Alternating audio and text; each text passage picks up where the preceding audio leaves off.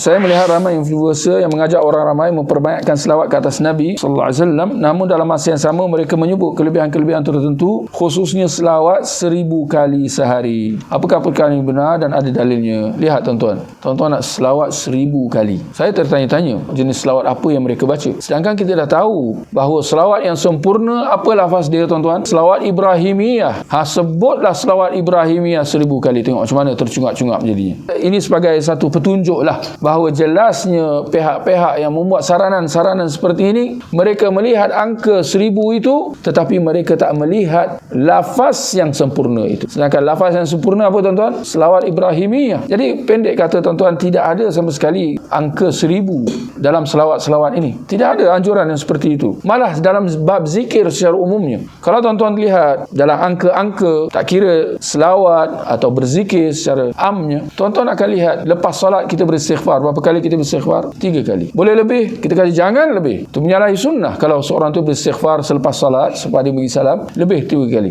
Kemudian tuan-tuan lihat ada bertasbih, bertahmid dan bertakbir. Ada angka-angka dia. Berapa angka dia? 33 kali. Kemudian bertahlil sekali untuk digenapkan 100 kali. Ada dalam bab istighfar, Nabi kata sungguhnya aku beristighfar sehari semalaman 70 kali. Dan riwayat lain Nabi kata sampai 100 kali. Pendek kata, akhirnya dalam angka-angka yang datang daripada as-sunnah, tidak ada angka yang lebih daripada 100 kali. Dan tuan-tuan boleh nampak, angka 33 kali boleh dibuat atau tidak? Boleh, tak ada masalah. 70 kali, banyak dah tu. 70 kali, banyak atau sikit? Tuan-tuan jangan lupa, dalam setiap apa satu amalan, yang sebaik-baik amalan itu ialah amalan yang dilakukan secara bermusim atau secara berterusan, tuan-tuan. Berterusan. Jadi bila bab-bab ni, bila kita nak sebut angka-angka ni, kita kena faham bahawa seeloknya dilakukan secara berterusan. Yang ini setiap hari. Angka 70 kali beristighfar. 70 kali setiap hari. Banyak atau tidak? Banyak. Nak dilakukan secara berterusan memerlukan satu komitmen dan iltizam yang tinggi. Apatah lagi dengan 100 kali. Tapi kesudahannya boleh kita simpulkan, dia satu benda yang boleh dicapai. Sekalipun dalam masa yang sama, memang dia perlu kepada disiplin, iltizam, kesungguhan yang tinggi. Dan demikianlah Rasulullah sallallahu alaihi wasallam. Tapi kalau dah 1000 kali tuan-tuan, itu jelas melampau. Kerana kesudahannya, saya hampir yakin mereka yang membuat saranan-saranan ini, mereka sendiri akan gagal. Mereka sendiri gagal. Kerana itu yang dinyatakan dalam hadis Nabi sallallahu alaihi wasallam, wala yushaddu fid dini ahadun illa ghalabah. Dan tidak ada siapa yang cuba nak menyusahkan urusan agama ini, termasuklah berselawatlah 1000 kali.